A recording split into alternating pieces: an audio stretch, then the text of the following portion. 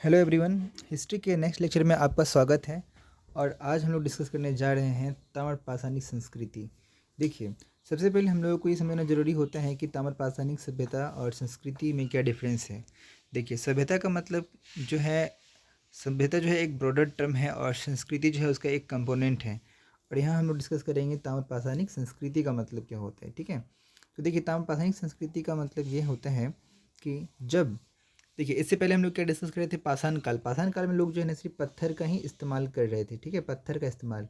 लेकिन जब मनुष्य ना पत्थर के अलावा तांबे के धातु का भी इस्तेमाल करने लगते हैं, तो ऐसे संस्कृति को हम लोग क्या बोलते हैं, ताम्रपाषाणिक संस्कृति। यानी कि तांबा यानी कि कॉपर और स्टोन, ठीक है, कॉपर और स्टोन एक साथ यूज होने लगेगा। ऐसी संस्कृति को हम लोग क्या बोलेंगे, ताम्रपाषाणिक संस्कृति, यानी कि चालकोलिथिक कल्चर आप इसको बोल सकते हैं। ठीक है, तो ये आपको मैं एक बार फिर से दोहराता हूँ। ताम्रपाषाणिक संस्कृति का मतलब होता है कि जब मनुष्य तांबे एवं पत्थर का प्रयोग एक साथ करने लगते हैं। ठीक है, खास करके जो तांबा है, तांबा का यूज ज़्यादा होगा एज कम्पेयर टू पत्थर, स्टोन का यूज थे। ठीक है, तो ऐसे संस्कृति को हम लोग क्या बोलेंगे, ताम्रपाषाणिक संस्कृति। ठीक है, अब एक इम्पोर्टेंट फैक्ट, हालांकि उससे पहले हम एक बात मैं आपको और भी बताना चाहता हूँ।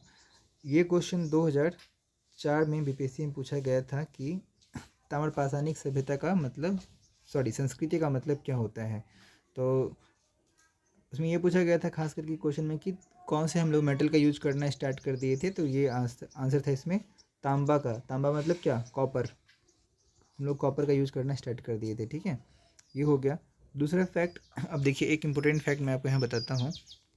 वो ये है कि मनुष्य के द्वारा, एक क्वेश्चन आता है कई बार एग्जाम में कि मनुष्य के द्वारा सबसे पहला कौन सा जो है मेटल था जिसको यूज किया गया था, सबसे पहला कौन सा धातु था। तो उसका आंसर हो जाएगा तांबा। यहाँ देखिए, मनुष्य द्वारा प्रयुक्त प्रथम धातु कौन सा हो गया, तांबा। ये फैक्ट याद रखेंगे।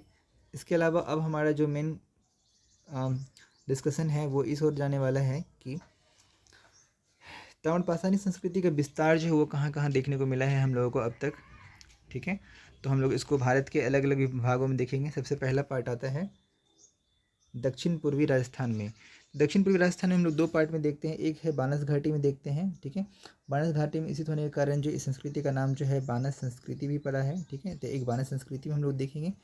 ठीक है, और दूसरा हम लोग देखेंगे प्रमुख स्थल। तो प्रमुख स्थल में कौन कौन सा स्थल है, तो प्रमुख स्थल में सबसे पहले है आहार। इसका प्राचीन नाम क्या था, तांबावती। तांबावती इसका मतलब क्योंकि यहाँ पे तांबा बहुत ज़्यादा मात्रा में पाए जाते थे, इसलिए इसका नाम क्या है पड़ा, तांबावती। दूसरा स्थल है आपका बागौर। तीसरा है बाथालल और ओइजियाना।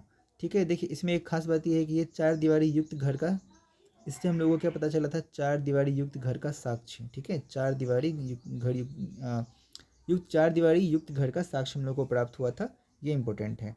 उसके बाद एक दूसरा साइट है, दूसरा साइट में क्या आता है, गिलुंद। गिलुंद की क्या क्या विशेषताएं हैं, तो ये भी 4 दीवारी, यहाँ से भी हम लोगों को 4 दीवारी घर का, 4 दीवारी युक्त घर का साक्ष्य प्राप्त हुआ है। इसके अलावा हम लोगों को मिट्टी की इमारत का भी साक्ष्य देखने को मिलता है। कहीं कहीं भी पकी हुई ईंटें मिलती है, जो बर्न्ड ब्रिक होता है, जिसको आप बर्न्ड ब्रिक बोलते हैं।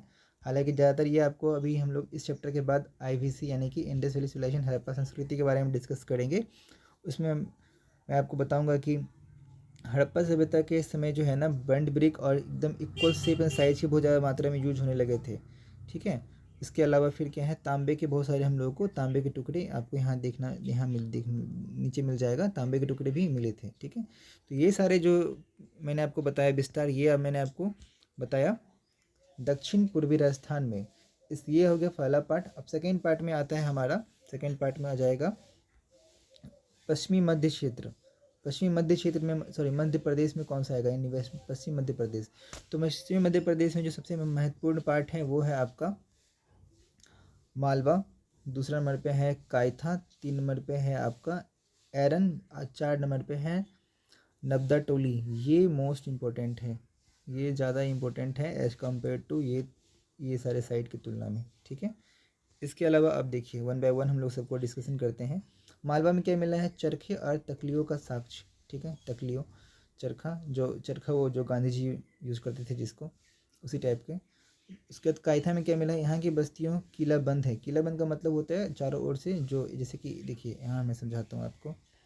ये एक मेन एंट्रेंस है, मान लीजिए ये बिल्डिंग है, और इसके चारों ओर जो है इस तरह से जो है फोर्टिफाइड कर दी जाती है, जिसको हम लोग बोलते हैं किलाबंद। ठीक है, ये किलाबंद है, और यहाँ पे तांबे के 28 कंगन के साक्ष्य मिलते हैं। ठीक है, कंगन मतलब बैंगल्स। ठीक है, उसके साक्ष्य मिलते हैं। और एरन से हम लोगों को क्या मिलते हैं, बस्तियों के साक्ष्य, किलेवन बस्तियों के साक्ष्य मिलते हैं इस जगह पे। और मैंने आपको पहले ही बताया था क्लासिफिकेशन में, जो नवदा टोली है ये ज़्यादा महत्वपूर्ण है। तो ये कहाँ स्थित है, तो ये स्थित है आपके खरगोन जिले में स्थित है। ठीक है, उत्खनन किसके द्वारा किया गया है, HD संकालिया के द्वारा। ये पूछा गया क्वेश्चन है, आई थिंक किसी पीसी से पूछा गया था, मुझे प्रॉपर याद नहीं है, बट किसी पीसी से पूछा गया क्वेश्चन है HD संकालिया। देखिए वो कई बार क्या होता है कि दूसरे पीसीएस के एग्जाम, जैसे UP पीसीएस के क्वेश्चन है उसे BPSC में पूछ लिया जाता है, JPSC का क्वेश्चन है उसको SSC में पूछ लिया जाता है, कई बार BPSC क्वेश्चन JPSC में, JPSC क्वेश्चन BPSC में। तो आपको अलग अदर स्टेट पीसीएस के भी क्वेश्चन बनाने चाहिए। ठीक है, उसके बाद देखिए इसकी एक और फीचर क्या है, तो ये चकौर और वृत्ताकार घरों के साक्ष्य भी यहाँ पे मिलता है। तो एग्जाम में क्वेश्चन आता है कि किस जगह से हम लोगों को जो है चकौर और वृत्ताकार घरों का साक्ष्य प्राप्त होता है, तो आंसर हो जाएगा नवदा टोली में। ठीक है, तो ये एक महत्वपूर्ण बात है। नेक्स्ट हम लोग चलते हैं अब, जो हम लोगों का नेक्स्ट कहाँ कहाँ पे जिसका विस्तार है, तो ये अब आता है आपका 3 नंबर पे पश्चिमी महाराष्ट्र। पहले मैंने क्या बताया आपको, सबसे पहले मैंने आपको बताया इस जगह पे 1 नंबर पे मैंने बताया था आपको पूर्वी राजस्थान, दूसरे पे मैंने आपको बताया था पश्चिमी मध्य प्रदेश। ठीक है, ये पश्चिमी मध्य प्रदेश। और 3 नंबर पे मैं आपको क्या बता रहा हूँ, पश्चिमी महाराष्ट्र। तो पश्चिमी महाराष्ट्र में हम लोग दो एरिया को देखेंगे। ठीक है, पहला कौन कौन सा मिला, किस जगह पे हम लोगों को इसका विस्तार देखने को मिलता है। पहला है अहमदनगर जिला। ठीक है, यहाँ पे जोरबे, नेवासा और दैमदाबाद। ठीक है, और नेवासा से क्या मिला है, पटसन का साक्ष्य। और जो दैमाबाद है, ठीक है, दैमाबाद से अब तक ज्ञात 200 जोड़वे स्थलों का सबसे बड़ा है ये। तो ये आप याद रखेंगे, दैमाबाद जो है लार्जेस्ट साइट हो गया। ठीक है, इसके अलावा यहाँ पे देखिए अहमदनगर में क्या खास बात है, इन दोनों जिलों के सभी जो ताम्रपाषाणिक पुरा स्थल है वो जारवी संस्कृति के अंतर्गत ही आते हैं। जारवी संस्कृति इंपॉर्टेंट है। ठीक है, जारवी नदी के किनारे जो है इस सभ्यता का डेवलपमेंट होता है, दैट्स वाई ये इंपॉर्टेंट है।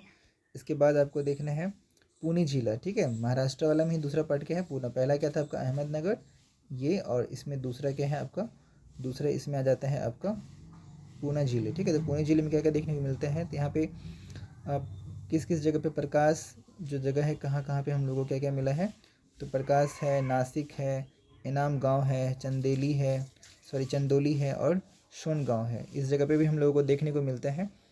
सबसे महत्वपूर्ण इसमें क्या है कि जो इनाम गांव है आपका, इनाम गांव में क्या मिला, 5 कमरों वाला एक मकान, दूसरा किलेबंद और खाई से घिरी हुई बस्तियां मिली। और जो है हम लोगों को एक चीज़ और भी देखने को मिलता है। हाँ, तो मैं वो क्या बोल रहा था कि इनाम गांव में जो है किलेबंद और खाई से घिरी हुई बस्ती का जो हम लोगों को साक्ष्य मिला है इस जगह पे। और यहाँ पे एक और है कि मातृ देवी की प्रतिमा। ठीक है, ये भी हम लोग को देखने को मिलता है, मातृ देवी की प्रतिमा। इसके बाद आगे हम लोगों का डिस्कशन आता है अब, जो चौथे नंबर पे आएगा वो है हमारा पूर्वी भारत। पूर्वी भारत में चिरांद। ठीक है, ये हमारा BPSC के पॉइंट ऑफ व्यू से काफ़ी महत्वपूर्ण है इस चैप्टर में। अगर क्योंकि आपको पता है चिरांद क्या है, चिरांद जो है ये एक नवपाषाणिक स्थल है, यानी कि नियोलिथिक साइट। नियोलिथिक ये है, नियोलिथिक साइट है ये। ठीक है, नवपाषाणिक स्थल बोलते हैं चिरांद। ठीक है, आपसे क्वेश्चन है, बताइएगा चिरांद कौन से जिले में खोजा गया था, ये क्वेश्चन पूछा गया है। चिरांद के बारे में BPSC में 2019 के PT या आई थिंक 2020 के PT, किसी एक PT में पूछा गया है। आप ईयर कंफर्म करके मुझे बताएंगे। ठीक है, चलिए उसके बाद, बट ये पूछा होगा गया क्वेश्चन है। और उसके बाद और कौन से हैं आपका, पांडु राजा DV। ठीक है, ये जगह पे मिला गया। और 3rd नंबर पे आता है आपका महिसदल। तो हालांकि इसमें आपको सारा इंपॉर्टेंट रखने का याद नहीं है, आपको भी भारत में सिर्फ चिरांद याद रखिए, ये इंपॉर्टेंट है, बस हो गया। और लास्ट है आपका जो 5वां मेरा है स्थल, वो कौन सा स्थल हो गया, बिहार। तो बिहार में कौन कौन सा अन्य स्थल में क्या है, जो बिहार में जो है आपका सेनोवार, सोनपुर, ताराडीह ये जगह देखने को मिलते हैं। और पूर्वी उत्तर प्रदेश, और फिर इसमें आपका खैराडी और नरहन। ठीक है, ये सारे स्थल थे। तो इस प्रकार से हम लोगों ने कुल मिला के जो सारा जो है स्थल हम लोगों ने कवर कर लिया। ठीक है। तो ताम्र पाषाणिक सभ्यता और संस्कृति में आमतौर पे जो क्वेश्चन पूछे जाते हैं कि अब तक तो देखिए एक ही क्वेश्चन पूछा गया है बीपीएससी में इससे, और एक क्वेश्चन इस चैप्टर का, हाँ एक या दो क्वेश्चन पूछे गए हैं अब तक। तो इसमें आपको ध्यान ये रखना है कि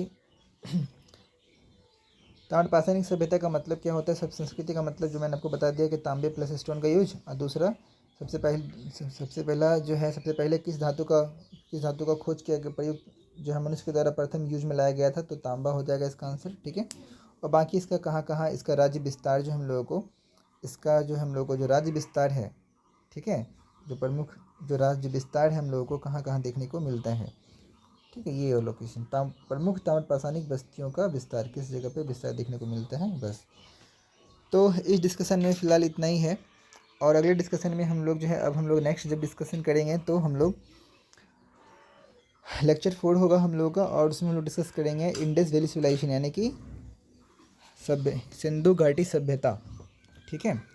और आप हमारे साथ बने रहिए बिल्कुल। अब से लेक्चर जो है रेगुलर आने लगेंगे। बीच में मेरी तबीयत ख़राब हो गई थी, इसलिए मैं लेक्चर अब आप लोगों के लिए नहीं लेके आ पा रहा था। अब ये कंटिन्यू रहेगा, ठीक है। आप बिल्कुल मन लगा के पढ़ाई कीजिए, क्योंकि एग्जामिनेशन जो है बहुत ही जल्द हो जाएगी, ठीक है। देखिए नोटिफिकेशन जैसे कि न्यूज़ साइट्स और सोशल अखबारों से पता लग रहा है कि नवंबर के लास्ट में आएगा।